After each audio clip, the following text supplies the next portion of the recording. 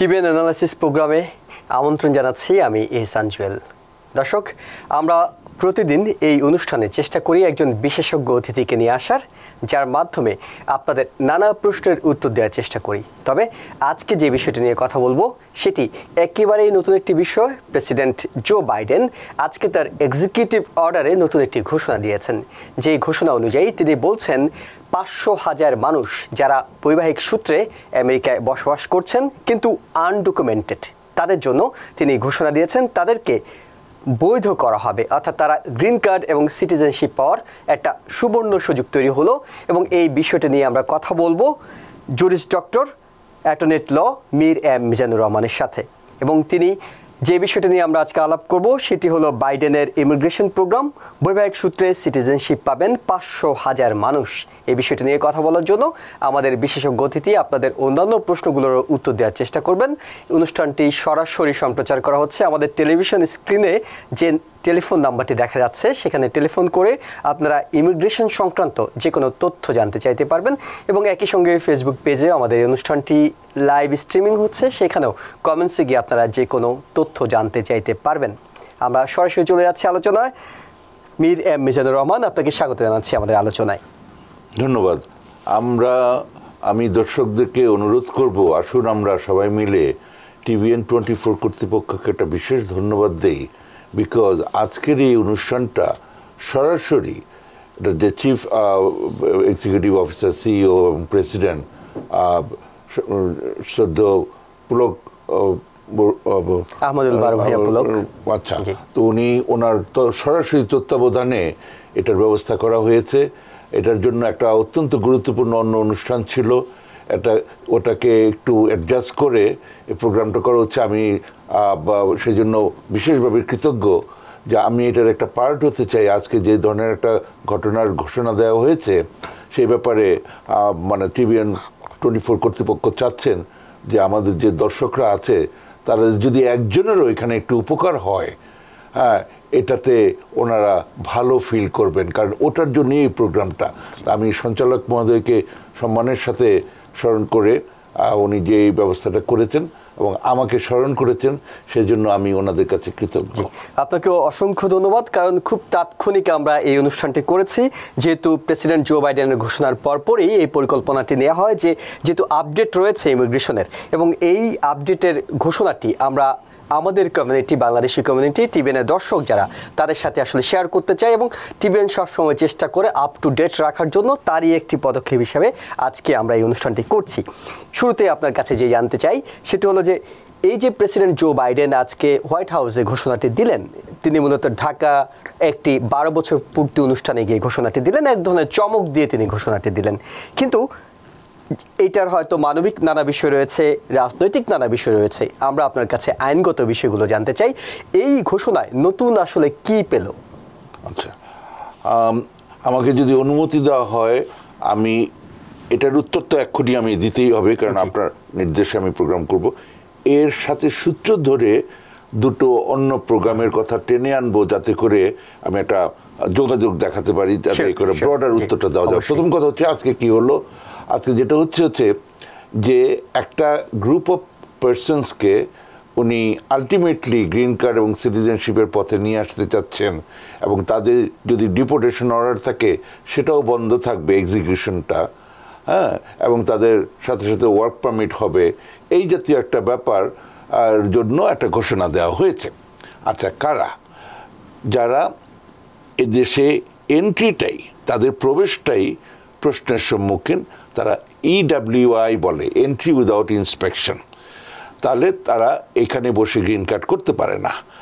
শুধুমাত্র আনডকুমেন্টেড না, মানে কারণ অনেকে আছেন এখানে ভিসা নিয়ে এসেছিলেন, তারপরে থেকে গেছেন, দেশটাকে ভালো লেগেছে বা কোনো কারণে থেকে গেছেন, তারপরে কারোর সাথে হয়তো মনের আদান প্রদান হয়েছে, ওনারা ভালোবাসায় একসাথে হয়েছেন, পরে বিয়ে করেছেন। এখানে একটু কথা আছে, যিনি পিটিশনার উনি যদি সিটিজেন হন তাহলে ওনার spouse, children under 21 and unmarried এবং প্যারেন্টস, এনারা হচ্ছে ইমিডিয়েট ফ্যামিলি, এনারা কোনো প্রেফারেন্স ক্যাটাগরির মধ্যে পড়ে না। ইভেন যদি গ্রিন কার্ড হোল্ডার কেউ কাউকে বিয়ে করেন তাহলে ওটা প্রেফারেন্স ক্যাটাগরিতে, কিন্তু সিটিজেন ওটা না। এই যে গ্রুপটা, তারা যেই নন সিটিজেন পার্সনকে বিয়ে করবেন, ওনারা যদি লিগালি এই দেশে এসে থাকেন এবং পিটিশনার স্পাউস যদি সিটিজেন হয়ে যায়, আগে ধরেন গ্রিন কার্ড হোল্ডার ছিল, এখন সিটিজেন, তাহলে ওনারা ওভারস্টে করে ফেললেও নিয়ম আছে যে ওনারা এখানে বসেই অ্যাডজাস্ট করতে পারে, ওনাদের বেনিফিট হবে, এইটা সেই এক্সিকিউটিভ অর্ডার না। তাহলে কারা? যারা বর্ডার দিয়ে কোনোভাবে আসছেন, হ্যাঁ, বা মানে অন্য কোনোভাবে মানে ইলিগালি এন্ট্রিটাই তাদের ইলিগাল, তাহলে তারা নর্মালি যেহেতু এখানে মানে গ্রিন কার্ড করতে পারে না, তখন তাদেরকে বাইরে যেতে হয়। এবং তার আগে এই যে এখানে ইলিগাল ছিলেন, এর জন্য একটা ওয়েভার দরকার লাগে, এবং সেটা বেশ কঠিন, বিকজ এখানে এক্সট্রিম হার্ডশিপ দেখাতে হয়। তো যতই আমরা ভাবি এটা ক্লাস 5-এর বাচ্চাও বুঝবে যে এক্সট্রিম হার্ডশিপ দুজনে আলাদা হলে তো এক্সট্রিম হার্ডশিপ হবেই, কিন্তু না, এটা বেশ বড় সড়ো একটা ব্যাপার। তো যাই হোক, ওগুলো থেকে মুক্ত করে এখানে বসেই তারা অ্যাডজাস্টমেন্ট ও স্ট্যাটাস করতে পারবেন, এই হচ্ছে ব্যাপারটা। হ্যাঁ, আচ্ছা, কিন্তু এখানে শর্ত জুড়ে দেওয়া হয়েছে, যারা as of yesterday June 17th, 2024, as of yesterday, not even today, এই দেশে অলরেডি 10 বছর ধরে আছেন, এবং সেটা প্রমাণ করতে হবে। 2, যারা অ্যাজ অফ ইয়েস্টারডে যারা বিয়ে করেছেন, মানে আজকে বিয়ে করবেন, মানে আইন আসলো আর এখন বিয়ে করবেন, বা দেশের থেকে এসে যা করিবার তাহা করিবেন, ওটাতে হবে না। আচ্ছা, তারপরে ন্যাচারালি আদার, ধরেন ক্রিমিনাল রেকর্ড থাকবে না, বিভিন্ন কিছু ক্রিমিনাল রেকর্ড থাকলেও ছোটোখাটো, এবং সেখানে ম্যানুভারিংয়ের ব্যাপার আছে যে কোনটা প্রযোজ্য কোনটা প্রযোজ্য না গেল। তারপরে আদারওয়াইজ মানে ন্যাশনাল সেফটি ইস্যু আছে, সিকিউরিটি ইস্যু আছে, এই ধরনের বিভিন্ন রকমের যে সমস্ত প্রবলেম আছে সেগুলো থাকবে না। তো এগুলা হলে, এবং যদি কেউ ডিপোর্টেশনের ব্যাপার থাকে, সেখানে আবার মোশনস রিওপেন করে টার্মিনেশনের ব্যবস্থা আছে, মানে ন্যাচারালি আইনের অনেক ব্যাপার স্যাপার আছে। কিন্তু জেনারেল কথা হচ্ছে, এই যদি হয় তাদের জন্য এই ব্যবস্থাটা, তাহলে বেসিক্যালি ইউএস সিটিজেনদের যে রাইটসটা, হ্যাঁ, সেটাকে এস্টাবলিশ করার জন্য তাদের একটা রাইট আছে ফ্যামিলির সাথে তাদের থাকার জন্য, বন্ধনটা অটুট রাখার জন্য, বিচ্ছেদটা না হওয়ার জন্য, লং টাইম বাইরে ওরা থাকবে, এরা এখানে থাকবে, বাচ্চারা কোথায় থাকবে, এই জিনিসগুলো বন্ধ করার জন্য এই এক্সিকিউটিভ অর্ডারটা জারি করা হয়েছে। আপনি যদি বলেন এটার মধ্যে রাজনীতিটা কোথায়, এই যে আপনি যে সংখ্যাটা বললেন, আমি ধরেন জানি না, আপনারা ন্যাচারালি আরো বেশি জানবেন যে সে অ্যাবাউট কতজন মানুষ উপকৃত হতে পারে। 500,000 বলা হচ্ছে হোয়াইট হাউস। এই মানুষগুলা যদি তার অর্ধেকও যদি বা প্রায় সবাই যদি অ্যাটলিস্ট সিটিজেন হয়, তাদের যে পিটিশনাররা, তারা খুশি হবেন। অ্যান্ড ইউ নো হোয়াট, সিটিজেনরা ভোট দেয়, তো এটার একটা ব্যাপার থাকতে পারে। কিন্তু আমার বিষয় ওইটা না। আমার বিষয় হচ্ছে এই যে যদি একটা বাঙালি কমিউনিটির একজন মানুষও যদি এইরকম একটা অবস্থায় থাকে, তাদের যদি উপকার হয়, তাহলে আমি মনে করি TVN 24-এর এই অনুষ্ঠানটা মানে একটা সফল হবে। আপনি খুব চমৎকার করে বলেছেন, অর্থাৎ নতুন কি আছে সেই বিষয়টি আপনি ব্যাখ্যা দিয়েছেন। আমরা আরেকটু পরিষ্কার হওয়ার জন্য দর্শক, আমরা এই বিষয়ে আমাদের একটি সংবাদ তৈরি করা আছে, সেটি একটু দেখে নিতে চাই। অর্থাৎ যেখানে প্রেসিডেন্ট জো বাইডেন ঘোষণায় কি বলছেন, কেন বলছেন, সে বিষয়গুলো আমরা দেখে আসতে চাই। নতুন ঘোষিত অভিবাসন নীতি অনুযায়ী আমেরিকার নাগরিকদের সঙ্গে বৈবাহিক সূত্রে আবদ্ধ কোনো নারী বা পুরুষ এখন থেকে দেশে থেকেই বৈধ ও স্থায়ীভাবে বসবাস এবং কাজের জন্য আবেদন করতে পারবে। এজন্য আগের নীতি অনুযায়ী তাকে আমেরিকা ছেড়ে নিজের দেশে ফিরে যেতে হবে না। একই সঙ্গে নাগরিক নয়, বৈধভাবে বসবাসের আবেদনকারীদের এমন সন্তানেরাও অন্যান্য সামাজিক সুরক্ষা কর্মসূচির আওতায় আসবে বলে জানান president Biden. Streamline the process for obtaining legal status for immigrants married to American citizens. চলতি বছরের 17 জুন পর্যন্ত যেসব নারী বা পুরুষ বৈবাহিক সূত্রে কমপক্ষে 10 বছর আমেরিকায় বসবাস করেছে, তারা নতুন এই কর্মসূচির আওতায় স্থায়ীভাবে বসবাসের জন্য আবেদন করতে পারবে। তবে তারা জাতীয় বা জননিরাপত্তার জন্য হুমকি নয়, এমন শর্তে তাদের আবেদন প্রক্রিয়া দ্রুত শেষ করার নির্দেশ দেন president. While requiring every undocumented spouse to fulfill their obligations under the law. Biden জানান, জরিপ মতে দেশের প্রায় 70% মানুষ তাদের এই সিদ্ধান্তের পক্ষে রয়েছে। স্বামীর সঙ্গে স্ত্রী ও সন্তান সবাইকে একসঙ্গে বসবাস করতে দেওয়ার এই সিদ্ধান্তে অনেকে সন্তুষ্ট না হলেও জনগণ এর পক্ষে আছে বলে দাবি করেন প্রেসিডেন্ট। সীমান্ত বন্ধ করে দিয়ে অভিবাসীদের নিয়ন্ত্রণ করার চেয়ে সীমান্ত বন্ধ করে অভিবাসীদের বৈধতা দিয়ে কাজের সুযোগ করে দেয়াকে উত্তম বলে মনে করেন প্রেসিডেন্ট বাইডেন। সীমান্ত বন্ধ করে দেয়া এবং অভিবাসীদের নিয়ে কটূক্তির জন্য সাবেক প্রেসিডেন্ট ডোনাল্ড ট্রাম্পের সমালোচনা করেন তিনি।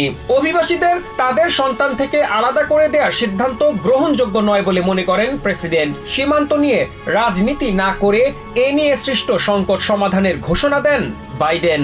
And now he's proposing to rip spouses and children from their families and homes and communities and place them in detention camps. দর্শক, আপনারা দেখছিলেন প্রেসিডেন্ট জো বাইডেনের এক্সিকিউটিভ অর্ডার বিষয়ে আমাদের তৈরি করা সংবাদটি। আমরা আলোচনা চালিয়ে যাব এই বিষয়ে, আরও নানা আইনগত তথ্য আপনাদের দেওয়ার চেষ্টা করব। তবে তার আগে একটা ছোট্ট বিরতি নিচ্ছি, ফিরছি শীঘ্রই, সঙ্গে থাকুন। Because people sneeze. Because not everyone washes their hands. Because kids touch a lot of things. Set a date to get your COVID shot and RSV if eligible. Because if you're wondering, should I get my COVID shot? Think about other people. Learn more at nj.gov/health/vaccines. আবারও স্বাগত TBN analysis অনুষ্ঠানে। আপনাদের সাথে আছি আমি এহসান জুয়েল। আমরা কথা বলছিলাম বাইডেনের ইমিগ্রেশন প্রোগ্রাম, বৈবাহিক সূত্রে সিটিজেনশিপ পাবেন 500,000 মানুষ, এবং এই বিষয়টি নিয়ে কথা বলতে আমাদের সাথে স্টুডিওতে আছেন বিশেষজ্ঞ অতিথি অ্যাটর্নি এট ল জুরিস ডক্টর মীর এম মিজানুর রহমান।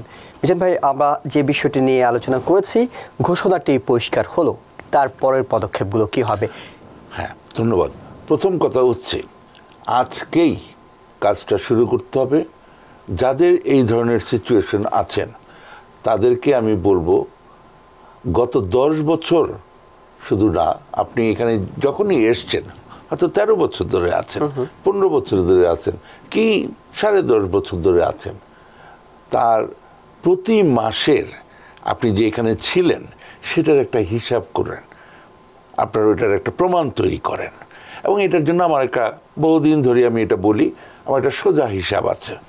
আপনার বাসায় টয়লেট পেপার ছাড়া যত কাগজ আছে, ইনক্লুডিং জাঙ্ক মেল, আবারও বলছি জাঙ্ক মেল, এগুলা সব একটা বাক্সের মধ্যে মানে আলাদা করেন। ইভেন ওই যে ডাক্তার সাহেব যে বা ম্যাডাম যে ওই যে দিয়েছিল, প্রেসক্রিপশন দিয়েছে, তারপরে যে ফার্মেসি থেকে আপনি ওষুধের বোতলটা থেকে শুরু করে যত কিছু আছে, হ্যাঁ, যে আপনি যেখানে ছিলেন, কারণ সবার এরকম যেমন ড্রাইভিং লাইসেন্স এরকম নাই, ওরা শক্ত কিছু চায়, ভালো কথা, ওটা নাই আপনার, কিন্তু আপনি সামহাও আপনি প্রমাণ দিতে হবে আপনি অ্যাটলিস্ট 10 বছর ধরে আছেন। 2, আপনি অনেকেই ট্যাক্স ফাইল করেছেন, অনেকে ট্যাক্স ফাইল করেন নাই, অনেকে যুক্তি দেখান তাদের সোশ্যাল সিকিউরিটি নাম্বার নাই, যার পর এটা ভুল তথ্য। আপনি অ্যাকাউন্টেন্ট ম্যাডাম বা অ্যাকাউন্টেন্ট স্যারদের কাছে জিজ্ঞেস করেন, দেখবেন ওই কী জানি বলে ট্যাক্স আইডি দিয়েও আপনার ট্যাক্স ফাইল করা যায়। আপনি এই পর্যন্ত যত বছর ধরে ছিলেন আপনি ট্যাক্স ফাইল করেন কালকে।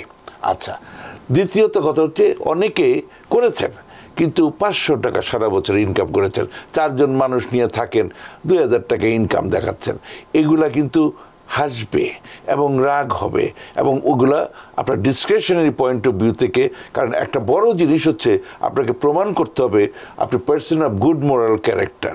সুতরাং বুঝতেই পারছেন কী করতে হবে, অ্যামেন্ডেড ট্যাক্স রিটার্ন করতে হবে, এইগুলা একটা সাইড। আচ্ছা, আমি এখানে 2টা পয়েন্ট বলতে চাচ্ছি। এটা জন্য খুব বড় কোনো আইন করতে হবে না, এটার জন্য কোর্টে গিয়ে খুব একটা লাভ হবে বলে মনে হয় না, কারণ এইখানে একটা সিস্টেম আছে, পেরোল ইন প্লেস। এটা বেসিক্যালি মিলিটারি পার্সোনালদের জন্য এখানে ব্যবহার করা হয়, যারা অ্যাক্টিভিটি মিলিটারি পার্সন আছে, তাদের spouse, parents and children under 21 and unmarried, তাদের জন্য এরকম একটা ব্যবস্থা আছে অলরেডি, সেটাকে ওনারা এক্সপ্যান্ড করছেন। যেমন এই এক্সপ্যানশনেরও ইতিহাস আছে, মানে উদাহরণ আছে। একটা ভদ্রমহিলা এখানে সিটিজেন হয়েছেন, কিন্তু তার বাচ্চাটাকে, যেহেতু ছোট একটা বাচ্চা দেশে রেখে এসেছিল, তাকে সামা বর্ডার ক্রস করে নিয়ে আসছে। এখন মা সিটিজেন অ্যাপ্লাই করতে পারেন, বেসিক পিটিশনটা করতে পারেন, কিন্তু এখানে তার গ্রিন কার্ড হয় না। এটা নিয়ে new York Times came into the picture. হ্যাঁ, এবং সেই জন্যই আমি বারবার ধন্যবাদ জানাচ্ছি এই TVN 24 কর্তৃপক্ষকে, যে আপনাদের একটা বিরাট ভূমিকা আছে এইসব ব্যাপারে। যাই হোক, তো ওই বাচ্চাটার জন্য যখন এই ধরনের বিভিন্ন সংবাদ মিডিয়াতে এরকমের খবর প্রচারিত হলো, he got a special invitation from the Attorney General, United States Attorney General, to adjust status. He could adjust his status here. তো ফলে এটা সম্ভব, এটা হচ্ছে।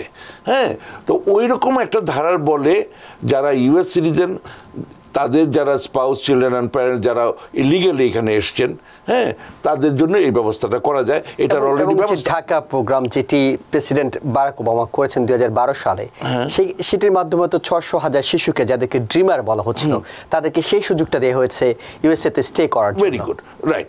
আচ্ছা, আরেকটা হচ্ছে আপনারা অনেকেরই খেয়াল আছে, প্রচুর বাঙালি ভাই বোন এটার বেনিফিশিয়ারি।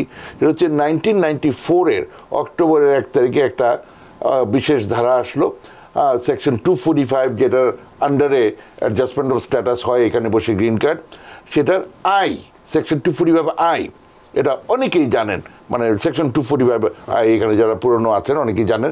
সেটা হচ্ছে এরকমের, যারা ইলিগালি এখানে ঢুকেছেন বা ইলিগাল হয়ে গিয়েছিলেন, তারা যদি সামহাও, যেমন কোনো এমপ্লয়ার স্পন্সর করলো, কোনো ফ্যামিলি পিটিশনের ধারে আসলো, এইভাবেই করে যদি এরকম হয়, কিন্তু তাদের ওই এটা নাই, ইলিগাল হয়ে গেছে, এখানে অ্যাডজাস্ট করতে পারতেছেন না বা ইলিগালি এসছেন, ওনাদের জন্য সেকশন 245 আন্ডারে তারা একটা ফাইন দিয়ে, একটা পেনাল্টি দিয়ে এখানে বসে অ্যাডজাস্টমেন্ট অফ স্ট্যাটাস করতে পারতো, যেটা 1997 সেপ্টেম্বরের 30 তারিখ শেষ হয়ে যাওয়ার কথা ছিল, যেটা পরে গিয়ে 1998 জানুয়ারির 14 তারিখে শেষ হয়ে গেল। আবার হঠাৎ করে 2000 সালের ডিসেম্বরের 21 তারিখে আসলো, এবার একটু শর্ত জড়িয়ে দিল যে ইয়েস পারবে, মানে আবার এটা আসলো, কিন্তু যারা এই ডেটে অলরেডি প্রেজেন্ট ছিল, ওই আইন আসলো, তারপরে বিভিন্ন দেশ থেকে বড় লোকরা এসে তারপরে বিভিন্ন ব্যবস্থা নিল, ওইটা হবে না। তো যারা এখানে অলরেডি প্রেজেন্ট ছিল, এবং সেটা এপ্রিল 30, 2001 শেষ হয়ে গেছে। কিন্তু গ্র্যান্ডফাদারিং ক্লজ অফ সেকশন 245 এর মাধ্যমে এখনো কিছু কিছু কেস চলছে, গেল, এটা আরেকদিন আলাপ করা যাবে।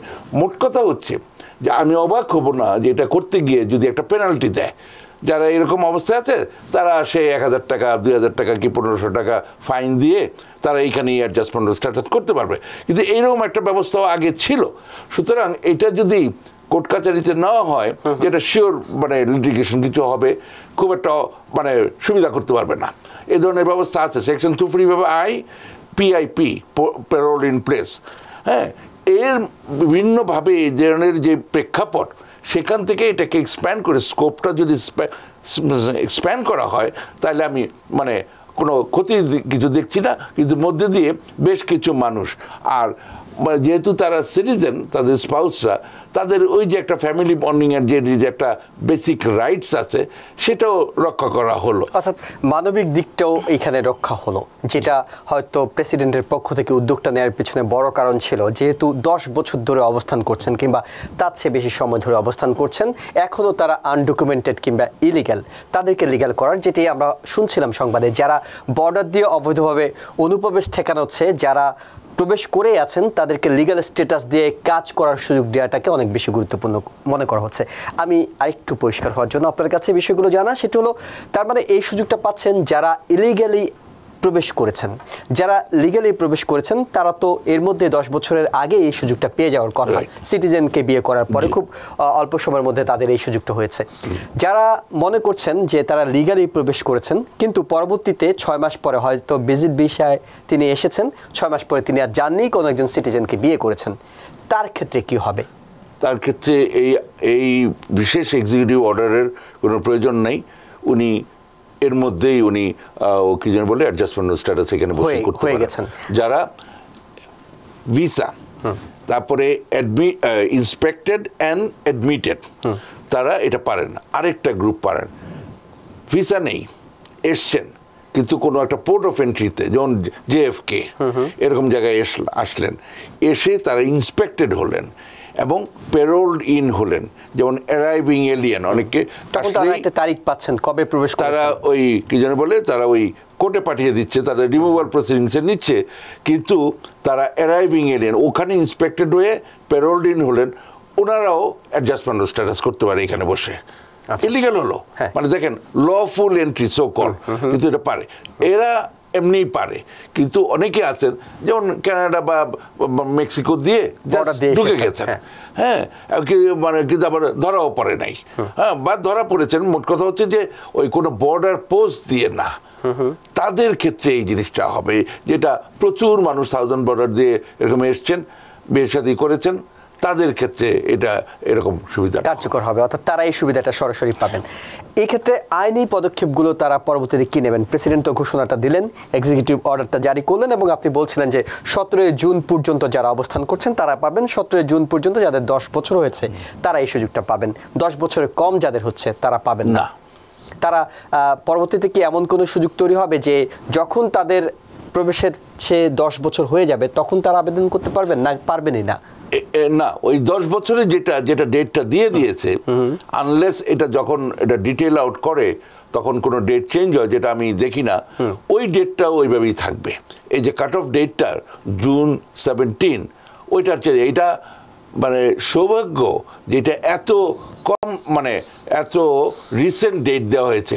অনেক সময় আছে যারা 2 বছর আগে, যারা 10 বছর হয়েছে, এরকম করা হয়। সেখানে এই ডেটটা যে দেওয়া হচ্ছে, এর মধ্যে যদি 10 বছর হয়, এর মধ্যে যদি বিয়েটা করে, হ্যাঁ, এরকম ব্যাপার অনেকের আছে যে 5 বছর আগে যারা বিয়ে করেছে তাদের ক্ষেত্রে ওরকম কিছু না, লিগ্যাল ম্যারেজ, হ্যাঁ, এবং এর মধ্যে 10 বছর হবে অ্যাজ অফ ইয়েস্টারডে। তার মানে তাদের এখানে ম্যারেজ সার্টিফিকেটটাও খুব ইম্পর্টেন্ট, তারা যেহেতু ভেরি ইম্পর্টেন্ট, মানে লিগ্যাল ম্যারেজ। অনেকেই সে করেছেন কিংবা না, ম্যারেজ ইজ মানে কন্ট্রাক্ট, কিন্তু আমি বলছি যেটা এখানকার লিগ্যাল ম্যারেজ সেই সিস্টেম, ওই যে মানে সিটি হল, এই সেই যে ব্যাপারগুলো আছে, মানে জাস্ট আপনি দরুদ পড়লেন, ওইটা তো কাজ হবে না, হ্যাঁ, এটা মানে ওইখান থেকে সিটি হল থেকে যেই সনদ নেওয়া হয়, ম্যারেজ সার্টিফিকেট যেটা, হ্যাঁ, নিউ ইয়র্কে প্রথমে গিয়ে লাইসেন্স করলেন, তারপরে গিয়ে আপনি ওখানে বিয়ে করলেন বা মসজিদে গেলেন বা মন্দিরে গেলেন, তারপর ওইটা নিয়ে গিয়ে আবার ওখান থেকে যে সার্টিফিকেট, ওইরকম ফর্মাল ম্যারেজ যেই জুরিডিকশনে, অ্যালাবামা তো অন্য নিয়ম, যে শিকাগোতে হয়তো অন্য নিয়ম, যেইখানে নিয়ম আছে ওই নিয়মে বিয়েটা হইতে হবে। এক্ষেত্রে কি বিয়ের 10 বছর দরকার হবে, না প্রবেশের 10 বছর দরকার হবে? প্রবেশের 10 বছর। বিয়ে যদি তিনি গত বছরও করেন কোনো সমস্যা নেই, তিনি যদি এর আগে 9 বছর ধরেও ইলিগালি থাকেন সেটিও সমস্যা হবে না। তার মানে ইভেন যদি ওনার ডিপোর্টেশন প্রসিডিংসও থাকেন, ডিপোর্টেশন অর্ডার হয়ে গেছেন, সেটাও এই এখন এটা ডেফার্ড অ্যাকশনে চলে যাবে, মানে তাদেরকে এখন মানে ডিপোর্ট করা হবে না। এবং যদি এরকম কোনো যারা আছেন, যারা শুনছেন আমাদের দর্শক, তাদের কারো ক্ষেত্রে যদি এই ধরনের কিছু ঘটে থাকে, তাহলে তিনি এখন কোথায় গিয়ে আবেদন করবেন? তিনি কি একজন অ্যাটর্নির সাথে যোগাযোগ করবেন? সেটা ওনারাই ভালো বুঝবেন, নাকি নিজে পারবেন বিষয়টি? এখানে খুনের মামলার আসামিও নিজেকে নিজে রিপ্রেজেন্ট করতে পারে। এটা উনি কি করবেন? যারা বাংলাদেশ থেকে এই পর্যন্ত আসছে, ইন্ডিয়া না, পাকিস্তান না, জার্মানি না, এই পর্যন্ত আসছেন, তারা কেউ কিছু কম বোঝেন না। ডিপোর্টেশনের বিষয়টি নয়, আমি বলছিলাম যে এই যে বাইডেনের যে কোনো বিষয়ই আমি বলতে চাচ্ছি যে প্রত্যেকেই এখানে মানে হয়তো ইংরেজি কম বোঝে, কি MA পাস না, কি 5 পাস না, কিন্তু কথা হচ্ছে যে বুদ্ধির ব্যাপারটা নিজের বুঝ পাগলও বুঝে, সোজা কথা। আপনি কার কাছে যাবেন, কিভাবে যাবেন, এই ব্যাপারে কারণ আমার বলতে একটু অসুবিধা হয়, কারণ আমি তো একটা বিজনেসম্যান, আমি ল প্র্যাকটিস করি, আমি তো চাবই আমার কাছে আসুক, কিন্তু ওইটা আমি যেতে চাচ্ছি না, ওটা উনি বুঝবেন। আমরা আইনি বিষয় সেটি আপনার কাছে জানি, সেটা হলো যখনই এক্সিকিউটিভ অর্ডার আমরা দেখি তখন কিন্তু দেখি অনেক সময় এমনটা হয় যে পরে অ্যাডমিনিস্ট্রেশন এসে সেটাকে অনেক সময় আটকে দেন, পরিবর্তন করার চেষ্টা করেন, কিংবা কোর্টে গিয়ে সেটি অনেক সময় আটকে দেওয়া হয়, যেটি হয়তো আমরা দেখেছি 2012 সালের ঢাকা প্রোগ্রাম, 2017 সালে এসে ডোনাল্ড ট্রাম্প সেটিকে কোর্টের মাধ্যমে বাতিল করার চেষ্টা করেছে, 2020 সালে সেটি বৈধ হিসাবে আবারও রায় পেয়েছে। এরকম কোনো আশঙ্কা কি আছে এই প্রসেসিংটা শুরু হলে এক্সিকিউটিভ অর্ডার, যেহেতু এটি কংগ্রেসের মাধ্যমে আসে? Answer is yes. এই জন্য আমি বললাম এখনই রেডি থাকবেন। ওই কবে ডিটেল অ্যাপ্লিকেশনটা আসবে তারপরে গিয়ে আপনি এগুলো খোঁজাখুঁজি শুরু করবেন, তাতে হবে না। এই হলো কথা।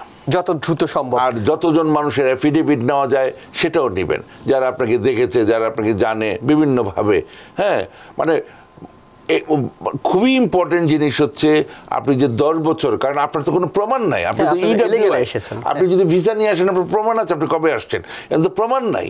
আর এসেই নিশ্চয়ই আপনি ড্রাইভিং লাইসেন্স পান না, আর এখন তো এগুলো পাওয়াও যায় না। হ্যাঁ, আপনার মানে বুঝতেই পারছেন আপনার অবস্থাটা কিন্তু খুব একটা সুবিধা না। চ্যালেঞ্জটা হবে 10 বছর প্রমাণ করা। হ্যাঁ, এখন আপনার 10 বছর আগে একটা বেবি হয়েছে, নিশ্চয়ই আপনি তখন এখানে ছিলেন, মানে এই যে ব্যাপারগুলা, বা আপনি 10 বছর ধরে ট্যাক্স রিটার্ন ফাইল করতেছেন, ওগুলো ট্রান্সক্রিপ্টগুলো জোগাড় করে। Because people sneeze. Because not everyone washes their hands. Because kids touch a lot of things. Set a date to get your COVID shot and RSV if eligible. Because if you're wondering, should I get my COVID shot? Think about other people. Learn more at nj.gov/health/vaccines. Transcript অনেক সময় অনলাইনে সেকেন্ডের মধ্যে পাওয়া যায়, কিন্তু সেটা কয় বছরের? 3 বছর কি 4 বছরের বোধহয়। হ্যাঁ, আপনার লাগবে 10 বছরের। ফলে এখনই করেন, কারণ ওইটা আসতে এখন ধরেন লাগতেছে 2 মাস। এই কালকে এই কথা শুনেই দেখবেন যে লক্ষাধিক লোক এরকম অ্যাপ্লাই করতেছে, তখন ন্যাচারালি আরো বেশি সময় লাগবে। ফলে এটা আপনি কালকের মধ্যে যত ট্রান্সক্রিপ্ট আছে সবকিছু জন্য অ্যাপ্লাই করবেন। ওইটার জন্য আলাদা ফর্ম আছে, IRS অফিসে যাবেন। আরেকটা জিনিস, সোশ্যাল সিকিউরিটি অফিসে যাবেন, যদি সোশ্যাল সিকিউরিটি নাম্বার থাকে ওটা দিয়ে আপনি ওইটার একটা স্টেটমেন্ট জোগাড় করতে, এটা অনলাইনেও করা যায়। করলে আপনি এই পর্যন্ত যত ট্যাক্স ফাইল করেছেন সবগুলো একটা সামারি চলে আসে। তো ওই জিনিসটাও করবেন, ট্যাক্স রিটার্নের ট্রান্সক্রিপ্টটা জোগাড় করবেন। এগুলো হচ্ছে বেসিক। ক্রিমিনাল রেকর্ড আছে কি নাই ওইটার একটা স্টেটমেন্ট, FBI এর একটা রিপোর্ট নিতে পারেন আপনার কোনো ক্রিমিনাল রেকর্ড আছে কি না। ওটা ফিঙ্গারপ্রিন্ট দিয়ে 18 টাকা কি জানি বলে মানি অর্ডার করে কোনো একটা জায়গায় পাঠিয়ে ওটা একটা করা যায়। একটা আপনার এটা মানে কোনো ক্রিমিনাল রেকর্ড আছে কি না FBI এর এই জিনিসটা, এটা একটা ভালো জিনিস। কোথাও কি লেখা আছে? The answer is no. কে বলছে? আমি বলছি, and that's the truth, but you have to do it, that's it. জি জি, অনেক ধন্যবাদ। এবং নিশ্চয়ই আপনার সেই প্রথম কথাটাতে যদি আমরা ফিরে যাই, এইখান থেকে শিক্ষা নিয়ে আসলে অনেকেরই উচিত, যে কথাটি আপনি শুরুতে বলছিলেন যে সব ডকুমেন্টস একটা বক্সে রেখে দিন, আপনার যতগুলো আছে। এটি হয়তো এখন অনেকে সমস্যা পড়বে যে 10 বছর প্রমাণ করতে পারবে না। তিনি যদি ডকুমেন্টসগুলো রেখে দিতেন তখন হয়তো তার জন্য এটা অনেক বেশি সহজ হতো। আর একটু অ্যাড করি, জাঙ্ক মেল, যেটা আমি বলেছি ওদেরকে, জাঙ্ক মেল, মেসিস থেকে একটা অফার আসলো, কি চেইজের একটা ক্রেডিট কার্ডের অফার আসলো, এগুলো জেনুইন যে আপনি এখানে আসলেই থাকেন। এখন আপনি ইজিলি 1000 ফ্রেন্ডকে দিয়ে 1000 জায়গা থেকে চিঠি পাঠালেন, এগুলো করা যায়। কিন্তু কথা হচ্ছে এগুলা, এই যে যদি এরকম জাঙ্ক মেলগুলো রেখে দেন, বা কোনো সে সোশ্যাল সিকিউরিটি থেকে একটা চিঠি আসছিল, মেডিকেট থেকে একটা চিঠি, যেখান থেকে যাই এসছে, এগুলার একটু মানে অ্যাড্রেস সহ রেখে দিন।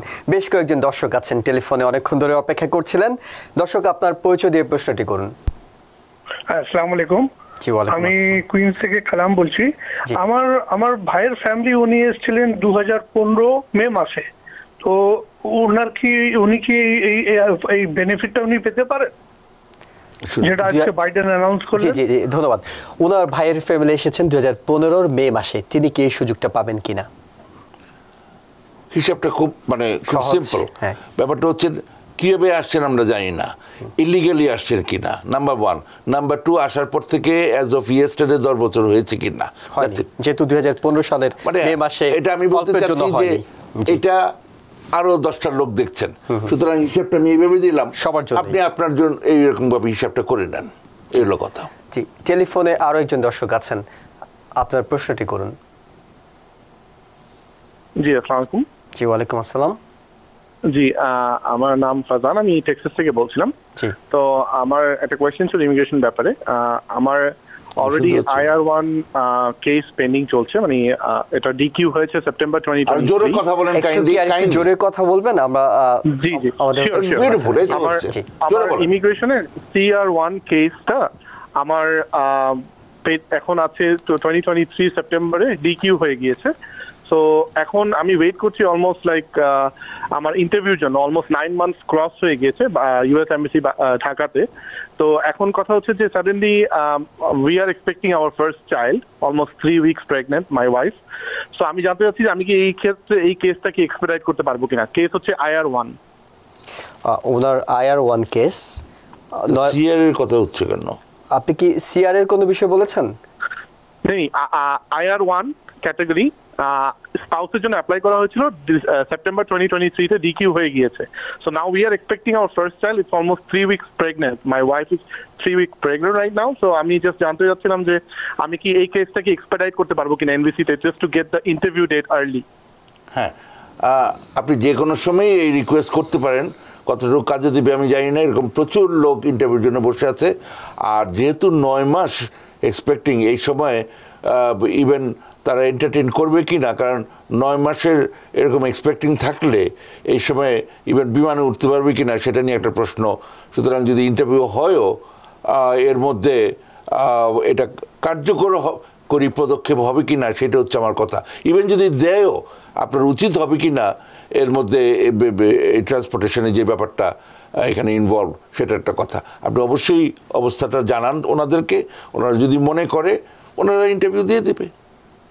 জি, অনেক ধন্যবাদ দর্শক আপনাকে, এবং আপনাকেও ধন্যবাদ জানাচ্ছি প্রশ্নগুলো উত্তর দেওয়ার জন্য। আমরা যে বিষয়টি দিয়ে আলোচনা করছিলাম সেটা হলো যে এখন ক্রিমিনাল অ্যাক্টিভিটি নিয়ে অনেকের মধ্যে একটা প্রশ্ন আছে, যেহেতু এখানে বারবার করে বলা হচ্ছিল জাতীয় জন্য কোনো হুমকি কিংবা জননিরাপত্তার জন্য হুমকি যদি না হয়, এটা আসলে কোন লেভেলের অপরাধগুলোকে মিন করা হচ্ছে? হ্যাঁ, ফেলোনি, এনি ফেলোনি নাম্বার 1। কিন্তু ইমিগ্রেশনে একটা, thank you very much technical প্রশ্ন করার জন্য, মানে আমি খুব খুশি হলাম। হ্যাঁ, you did your homework at least. হ্যাঁ, আলহামদুলিল্লাহ। তো সেটা হচ্ছে অ্যাগ্রেভেটেড ফেলোনি নামে একটা টার্ম আছে ইমিগ্রেশনে, যে নট অনলি ফেলোনিস, ইভেন কিছু মিসডেমিনার আছে যেগুলো ইমিগ্রেশন আইনে, হ্যাঁ এটার চার্ট আছে, বিভিন্ন কিছু আছে, সেগুলা এই মুহূর্তে আমি সবগুলোর কথা বলতে পারবো না, কিন্তু অনেক মিসডেমিনার কেস আছে যেগুলো হলে আপনি কোনো অ্যাডজাস্টমেন্ট গ্রিন কার্ড পান না। হ্যাঁ, আর সাধারণভাবে এটা হচ্ছে কোনো অপরাধে যদি 1 বছর বা তার বেশি শাস্তি হতে পারে, তাহলেই সেটা এগ্রেভেটেড ফেলোনি, এবং তখন আপনি ওই গ্রিন কার্ডের জন্য উপযুক্ত না। সেই হচ্ছে জিনিসটা। কিন্তু আপনি যদি ছোটোখাটো অপরাধ করেন যেগুলোর সাজা খুব অল্প, বা এর মধ্যে কিছু আবার ওগুলোর আবার এক্সেপশন আছে। হ্যাঁ, যে ওই যেই কথাগুলো বললাম, ওখানে পেটি অফেন্স এক্সেপশন আছে। আরেকটা জিনিস, ধরেন আপনি একটা ক্রাইম করেছেন, আমরা যেটা করি ওটা মানে ডিল ব্রেকিংয়ের মাধ্যমে, প্রি বার্গেনের মাধ্যমে ওটা ভায়োলেশনে নিয়ে আসার চেষ্টা করি। তাহলে ফর্মালি আপনাকে ইভেন বলতে হয় না যে আপনি কোনো ক্রাইম করেছেন, মানে আপনি কখনো অ্যারেস্টেড হয়েছেন কি না এটা আর্টিকেল 3 কোর্টে জিজ্ঞেস করতে পারে না। কিন্তু ইমিগ্রেশনে until you are a citizen এই প্রশ্নটা করতে পারে।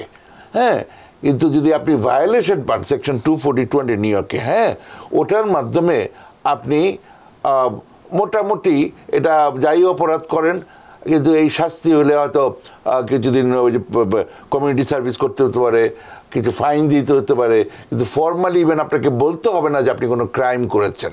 তো এরকম যদি হয় তাহলে আপনার কোনো স্ট্যাটুটরি কোনো প্রবলেম নাই। যদিও আপনি যদি এই ধরনের অবস্থা হয়, ধরেন আমার এক ক্লায়েন্ট রোড আইল্যান্ডে একবার, পেনসিলভেনিয়াতে একবার আইডিতে, মানে সোজা কথা ক্রেডিট কার্ড ইউজ করে বিভিন্ন কিছু করেছে, হ্যাঁ ধরা পড়েছে, 2বারই ডিসমিসড। কিন্তু ওই যে they can go beyond the conviction, dismissed হয়ে গেছে ভালো কথা, কিন্তু তারা দেখতে চায় পুলিশ রিপোর্টে কি আছে, আপনি কি করেছিলেন। হ্যাঁ, আপনি গিয়ে ক্রেডিট কার্ড করে বড় একটা জিনিস চার্জ করেছেন, এই যে ব্যাপারগুলো, এবং সেখানে একটা আছে কোন স্টেটে, এক এক স্টেটে এক এক রকম কতটুকু ক্ষতি হয়েছে, কত টাকার ইনভলভমেন্ট। তখন যদিও আপনার এই কেস ডিসমিসড হয়েছে, ফ্রম মোরাল ক্যারেক্টার ইস্যুতে আপনাকে আটকিয়ে দিতে পারে। তো এই ধরনের বিভিন্ন ইস্যু আছে। আপনার উচিত হবে যে ইমিডিয়েটলি যাদের এই ধরনের ব্যাপার আছে আপনার পছন্দের কারোর সাথে, অনেক মুরব্বী মানুষ আছে যারা জ্ঞানী মানুষ, তারা বিভিন্ন ধরনের কাজ করেন, ওনারা আপনাকে হেল্প করতে পারে, ফ্যামিলিতে আত্মীয় স্বজন আছে হেল্প করতে পারে। আর যদি কেউ না থাকে, আপনারা মনে করেন যে দরকার আছে, আপনারা অ্যাটর্নির কাছে যেতে পারেন। হ্যাঁ, এটা বলা আমার জন্য তো বুঝতেই পারছেন একটু এম্বারেসিং। আমি আরেকটা প্রশ্ন আপনার কাছে করতে চাই, সেটা হলো যে এর মধ্যে নিশ্চয়ই আমরা দেখতে পাচ্ছি অনেকেরই 10 বছর হয়নি কিংবা 10 বছরের হবে না, কিন্তু তারা ইলিগালি প্রবেশ করেছেন, কোনো একজন সিটিজেনকে বিয়ে করেছেন এবং পরবর্তীতে এই যে সময়টা তাদেরকে পার করতে হবে, তারা যেহেতু বাইডেনের এই সুযোগটা পাচ্ছেন না, নিশ্চয়ই তাদের জন্য আমরা চেষ্টা করব কিছু আইনি পরামর্শ দেওয়ার। তাদের আসলে কতটা ঝুঁকি আছে, কারণ ট্রাম্পের সময়কার ডিপার্টমেন্ট অফ হোমল্যান্ড সিকিউরিটির অ্যাক্টিং সেক্রেটারি চাদ ওলফ আজকের এই ঘোষণার পরে তিনি প্রতিক্রিয়া জানিয়েছেন। তিনি বলছেন এটা একেবারে অপ্রয়োজনীয় বিষয়, কারণ এইভাবে কাউকে ডিপোর্ট করার মতো কোনো ঘটনাই ঘটেনি। আচ্ছা, তো যে জিনিসটা আপনি যেটা তুললেন, ওই যে গ্রুপটা যাদের 10 বছর হয়নি তাদের জন্য এখন ব্যবস্থা আছে, সেটা হচ্ছে ওই ওবামা সাহেবের আমলে হয়েছিল, সেকশন I-601A ওয়েভার। 601 তে একটা ওয়েভার আছে, 601 এই প্রভিশনাল এরকম একটা ব্যবস্থা করা হয়েছে, যেটাও এখন পর্যন্ত টিকে আছে। সেটা কি, আপনি যদি এইভাবেই করে প্রবেশ করে থাকেন, এখান থেকে গ্রিন কার্ড করতে পারবেন না, কিন্তু আপনি প্রথমে ওই I-130 ইমিগ্রেন্ট পিটিশনটা অ্যাপ্রুভ করাতে হবে, ওটা ভালোভাবে করতে হবে এবং ওটা প্রপারলি করতে হবে যদি আপনার ডিপোর্টেশনের ব্যাপার থাকে, এবং না করলে কিন্তু ওই I-130 অ্যাপ্রুভড হবে না। আচ্ছা, তারপরে ওইটা হওয়ার পরে আপনি ওই কনসুলার প্রসেসিংয়ে গিয়ে ওই টাকাটা দিতে হবে, 120 টাকা আর 325 টাকা দিয়ে, ওইটা যে ফি রিসিপ্টটা সহ আপনি I-601A ওয়েভার যেটা, এবং এটা এখানে অ্যাপ্লাই করলেই হলো না, কিন্তু এটা কোয়ালিফাইং রিলেটিভ থাকতে হবে। বাচ্চা কাচ্চা ইজ নট কোয়ালিফাইং রিলেটিভ, মানে সিটিজেন হলো, হ্যাঁ, আপনার প্যারেন্টস ও স্পাউস, এবং তাদের এক্সট্রিম হার্ডশিপ দেখাতে হবে। এক্সট্রিম হার্ডশিপ মানে এই নয় তার একটা চিঠি লিখে দিল আর আপনি পেয়ে যাবেন। একটু খাটাখাটনি করেন, আপনার যত মেডিকেল প্রবলেম আছে, আপনার মেডিকেল প্রবলেম হয়তো এই যে কাটা দাগ দেখা যেতেছে না, কিন্তু আপনার হয়তো সাইকোলজিক্যাল প্রবলেম হচ্ছে আপনার যে কোয়ালিফাইং রিলেটিভে, এগুলোর জন্য একদিন যাবেন, সাইকিয়াট্রিস্ট একটা রিপোর্ট লিখে দেবে, তাহলে হয়ে যাবে, এটা তো হবে না। আপনি আজকে থেকে এরকম যাওয়া শুরু করেন, বেশ কয়েকবার না গিয়ে যদি উনি রিপোর্ট দিয়ে দেন, ওই রিপোর্টের কোনো ভিত্তি হবে না। আচ্ছা, এগুলো করেন, করে আপনার এক্সট্রিম হার্ডশিপটা দেখিয়ে আপনি I-601 এর একটা সম্ভাবনা আছে যে আপনি এটা পাবেন। আচ্ছা, পেলেও এটা শেষ হলো না, যদি আপনার ডিপোর্টেশন অর্ডার থাকে তখন I-212 ওয়েভার একটা ব্যবস্থা করতে হবে, আরও একটা ওয়েভারের কথা বললাম। এগুলা হলে তখন আপনি এর মধ্যে তো কনসুলার প্রসেসিংয়ের কাজ চালিয়ে যাবেন, এবং ওইটা আবার 1 বছরের মধ্যে শেষ করতে হবে। করলে যখন আপনি ইন্টারভিউ ডেটটা পাবেন তখন আপনার দেশে যেতেই হবে, দেশে গিয়ে তখন আপনি এর মধ্যে আবার এন্ট্রি নিতে হবে, হ্যাঁ, তখন আবার গ্রিন কার্ড নিয়ে তারপরে আসতে হবে। এখানে একটা কথা আছে, আপনার 601 এর আর কোনো আপিল টাপিল নাই। যদি ওরা দেখে আপনার শুধুমাত্র আনলফুল প্রেজেন্সটা আছে, তাইলেই শুধু ওয়েভারটা হতে পারে, কিন্তু যদি এর মধ্যে ফ্রড, ক্রাইম ইত্যাদি ইত্যাদি থাকে, তাহলে কিন্তু আপনি 601A ওয়েভার পাবেন না। তো সুতরাং এইসব ব্যাপারগুলো আপনারা, আমার মনে হয় যে you should talk to a lawyer. মানে আমি তো বলাটা একটু এম্বারেসিং, কিন্তু আমি বলতে বাধ্য হচ্ছি, একটু সাবধানে থাকবেন। মানে বুঝতেই পারতেছেন, এটা তো আসলে সব সময়ের জন্যই দরকার যে অপরাধ মুক্ত জীবন কিংবা যে কোনো রকম দুর্নীতি থেকে দূরে থাকা, সেটা আপনার নাগরিক হিসাবেও নৈতিকভাবেও তো সেইভাবে হয়তো চলাফেরা করা উচিত। আমরা একেবারে শেষ পর্যায়ে আছি, এই ঘোষণার প্রেক্ষিতে কিংবা ইমিগ্রেশনের অন্য কোনো বিষয়ে দর্শকদের যদি আপনি কোনো বিষয়ে তথ্য জানাতে চান। আমার মতো এরকম মোটা হয়ে যাবেন না, স্বাস্থ্যটা ভালো রাখুন, ভেরি ইম্পর্টেন্ট, নাহলে যতই গ্রিন কার্ড হোক কোনো লাভ হবে না। এই যে আমাকে দেখেন কি অবস্থা। অনেক ধন্যবাদ জুরিস্ট ডক্টর অ্যাটর্নি এট ল মীর এম মিজানুর রহমান, আপনি এত রাতে আমাদের স্টুডিওতে এসে সময় দেওয়ার জন্য। এবং দর্শক, আপনাদেরকে যে সুখবরটি জানিয়ে শুরু করেছিলাম, অর্থাৎ 500,000 মানুষের সুযোগ রয়েছে যারা বৈবাহিক সূত্রে কোনো ইউএস সিটিজেনকে বিয়ে করেছেন, তারা এখন বৈধভাবে আমেরিকায় অবস্থান করে, এবং নিঃসন্দেহে আমাদের বাংলাদেশি কমিউনিটির যারা আছেন তারা এই সুযোগটি নেবেন এবং সেটি খুব দ্রুত নেওয়ার চেষ্টা করবেন, এবং অবশ্যই প্রয়োজনীয় ডকুমেন্টসগুলো সংগ্রহ করে আপনারা একজন বিশেষজ্ঞ মাধ্যমেই আপনাদের আবেদনটি করবেন। অনেক ধন্যবাদ এতক্ষণ সঙ্গে থাকার জন্য, ভালো থাকবেন। টিভিএন 24 টেলিভিশন দেখতে আজই কল করুন 7187776556। লগ ইন করুন www.totalcablebd.com। নিউ ইয়র্ক থেকে সম্প্রচারিত টিভিএন 24 টেলিভিশন বিশ্বজুড়ে বাঙালির কণ্ঠস্বর।